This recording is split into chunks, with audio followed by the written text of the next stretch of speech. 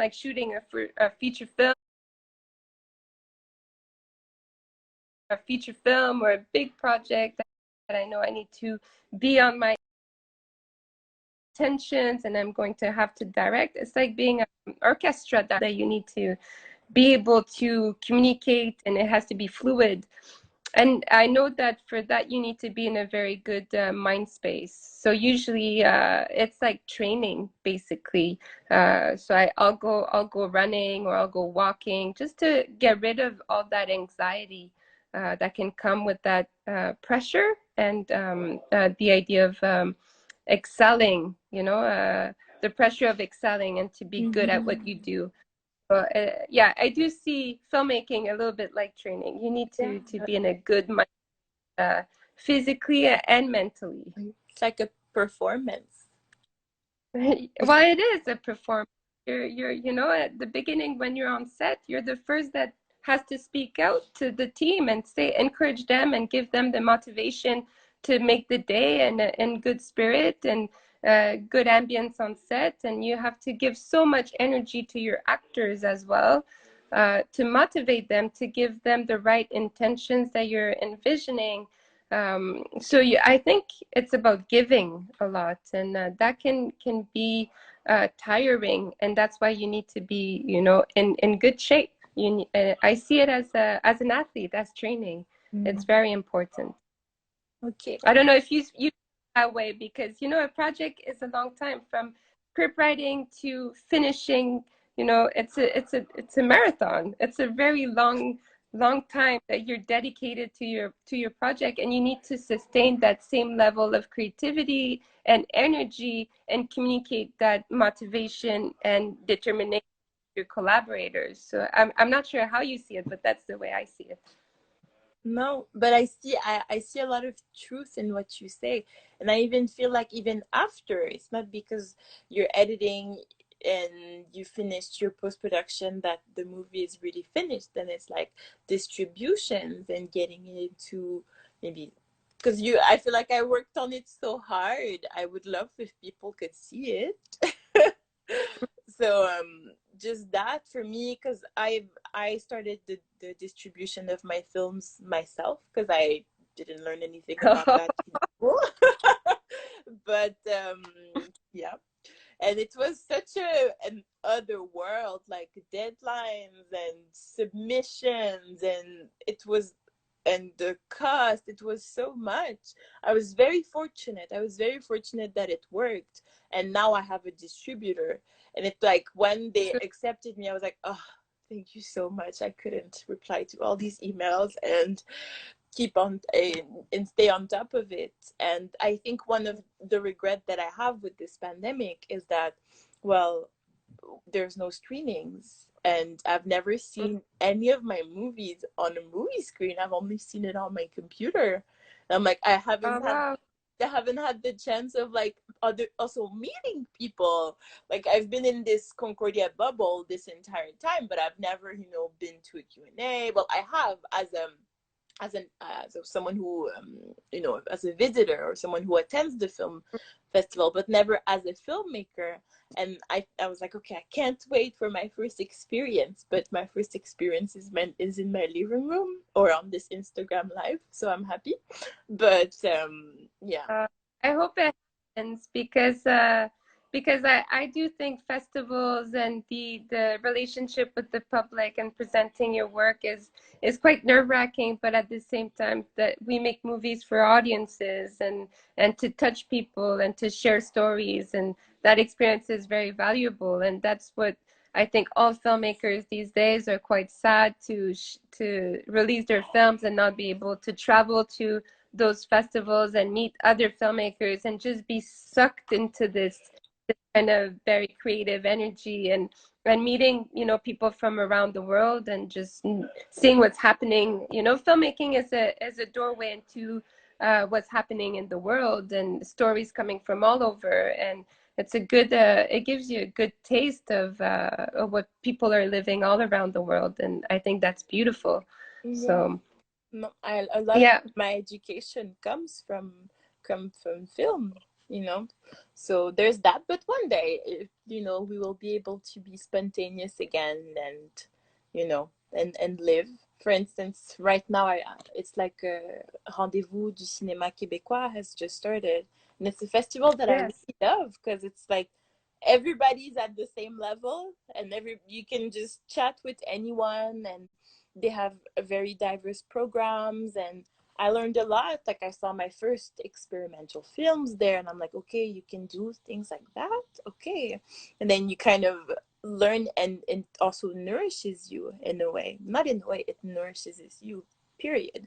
Yeah, you And yeah, no, yeah, you learn conversations, just from the Q&A, diving into someone's universe and world, but also after, there's a lot of industry meetings at festivals, and that's where you meet people, you make connections to make your next project, or you start you learn so much along the way. So mhm. hopefully we festivals again. Yeah, Yeah, putting my fingers. and you got really computer because people don't realize the amount of administrative work that comes with promoting and distributing a film, and yeah, and it's important. That's how the film can have a life as well, and we make the film to be seen by as many people as possible. And I feel like, kind of, when you made Ikwe and you were alone, and I feel like I have a lot of respect for my distributor. I have a lot of love for them. A lot of love I had for my documentary. I had a co-editor. I have a lot of love for my co-editor because I used to edit alone. Like, it comes, I feel like the more projects I take on, and the more my crew expands, the more I have gratitude for them, because I was like, I would never be able to execute a vision as big or as truly as the one that I have in my mind if it wasn't that. And filmmaking is such teamwork and such community work. You don't realize that when you're 16 and watching a film. Now you're like, okay, like, the actor is eating, I'm like, I wonder how many takes they ate, like, for how long they ate that salad. Like, that takes dedication. But that's another thing. um It's of planning. Actually, filmmaking is all about planning, and you can never plan enough, and there's a lot of people involved in making sure that that image that you see on screen is just perfect.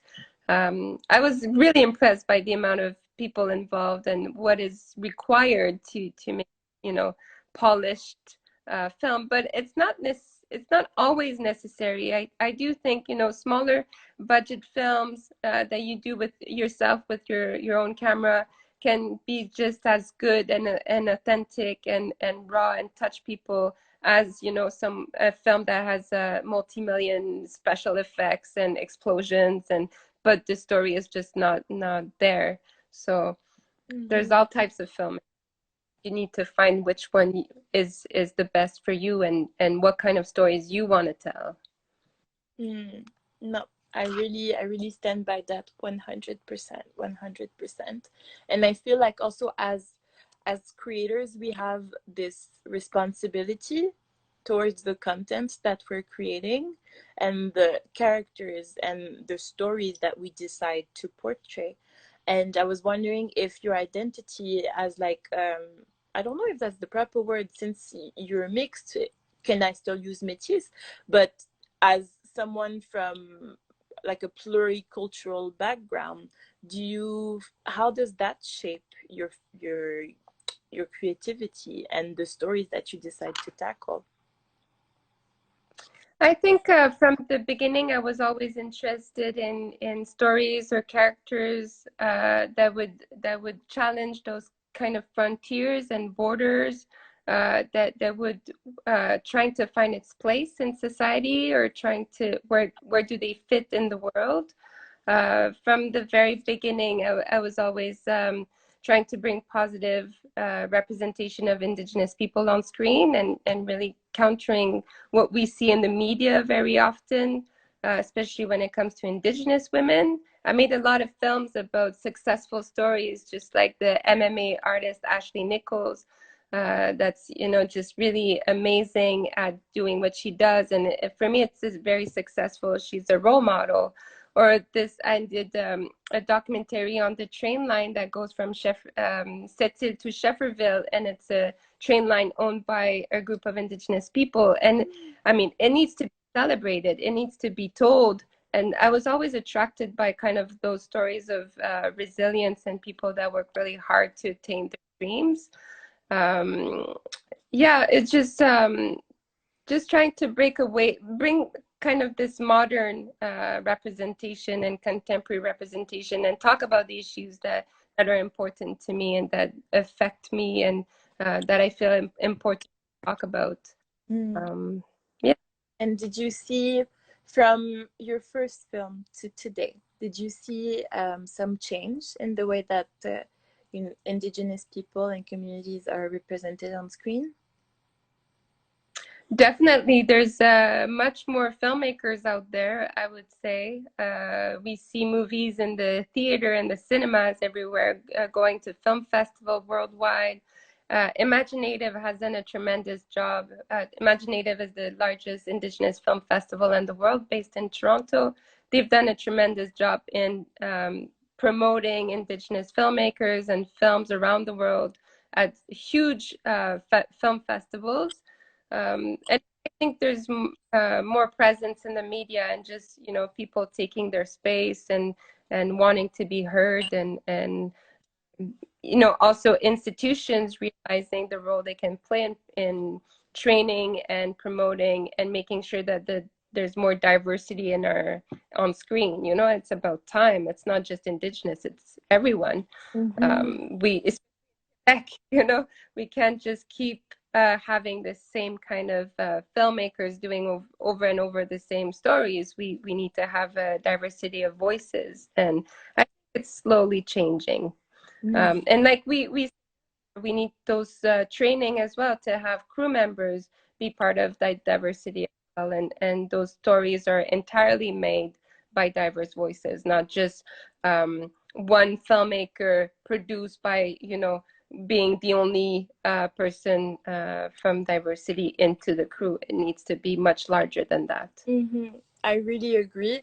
And like one initiative that I really appreciate is by Main Film. They started this program called Prism, and it's about training, giving training to producers from diversity on larger format, for like so feature films and web series and TV series. And I'm really excited and looking forward to see like all the works that will come out from this training, and the producers that will also get out of this. And I hope they do a second edition so I can apply. And yeah, so it's like slowly but surely, or just Calc having this grant called Vivacité for people of color, and also being able to be judged by your peers. That's just amazing. So I see like slowly some change also in the content that I'm viewing. I don't know if I see change, or if the content that I view is different. Now I'm surrounded by filmmakers, and I that support people who look like me and also look like me, and I listen to their suggestions. So I don't know if it's the way that I decide to view for the footage that is Mhm. different, or if things are really evolving. I would need to think about it for a little while. No. That's interesting. It might has to do with accessibility as well, you know, with the internet being more accessible, and everything content being online with Netflix or other, you know, platforms, movie, or that you can really start and look for the things that interest you, and it's not just what you watch on TV or what is screened on TV. You can actually go and choose your content that you want to view, and I think that will change mentalities and programming as well. No, I do believe that. And I wonder, do you have any advice for a filmmaker that's starting out and like me, how to survive in this industry? Well, I would say the first thing is first and foremost not to be scared. It's normal know everything, and you will learn things along the way. With each project is kind of an experiment, and you'll get better at telling stories and at communicating your vision and what you want, and you'll refine your style, and you'll know what you want to do, and you'll also know with who you want to work and what type of collaborators you want to have. And it's important because nothing can happen without your subjects or your collaborators. So you need to respect them 100%. That's very important. Respect is key, I think. And I think if you put your mind to it, only good things can happen if you're ready to work hard and learn to trust your instincts. Yeah, it's gonna be okay. You have to trust that it's gonna be okay. Yeah, I have to trust. Yeah, it's I feel like it's all about the mindset and to believe that you can and you will achieve good things, and you can also attract good things. And it's funny that you use the word instinct, because I feel like for me it's all about intuition. It's all about Mm. being aligned with myself and seeing what feels right, which is very weird to just kind of operate on instinct only, but it's what's been working. And I feel like it's Yeah. the scientific education I had before that I had to kind of break down, where you're working to get to achieve to one goal. There's only one answer. But with art and creativity is that as it's plural, and I really believe that respect is key, and I'm learning to do that, and to really, because respect comes in different form and has different definition for every individual. And it's a lot, filmmaking is a lot about working with people. It's like social work, I feel. And especially if you're making content that is like activism, I feel like Hmm. just making a film as a person of color is just an act of activism, just to Yeah. voice your concern and speak your truth. So that's a really, Yeah. thank you so much. That was good advice. I Awesome. will follow them.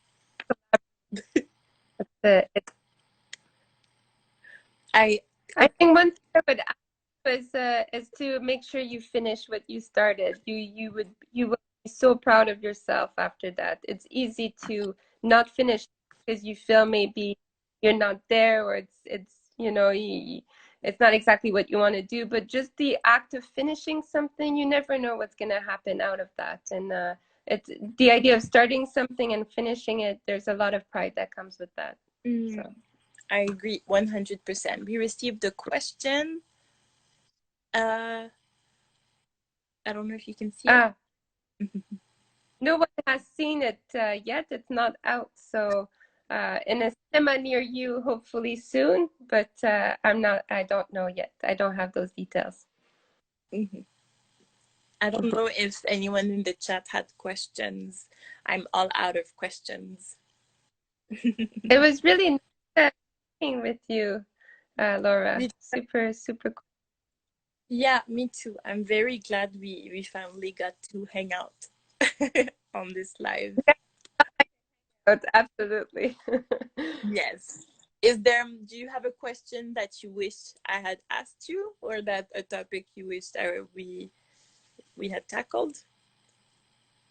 No, I think it was a good conversation. We went to many places, and uh, I feel like I've learned a lot about you as well, which I really appreciate.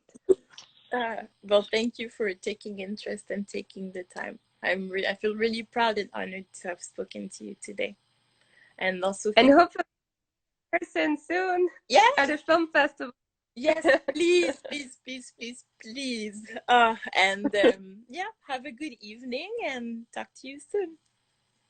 Thanks to everyone that joined as well. It was Yes, kind of a like, baptism of Instagram Live. yes, exactly. People kept flowing in, and I don't know if you can see the little hearts, but that encouraged me. I'm like, okay, we're not saying complete BS, you know. Oh, Hmm. there's someone who had a question.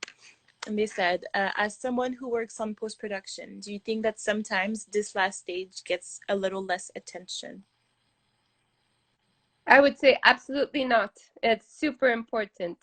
And one of my favorite part of filmmaking is the sound design and working with sound and with even color correcting. They're very important steps. And like any artwork, finishing touches is makes the work. So I think post production is super important. Every step of filmmaking is very important, and they're all different, and they all require different set skills.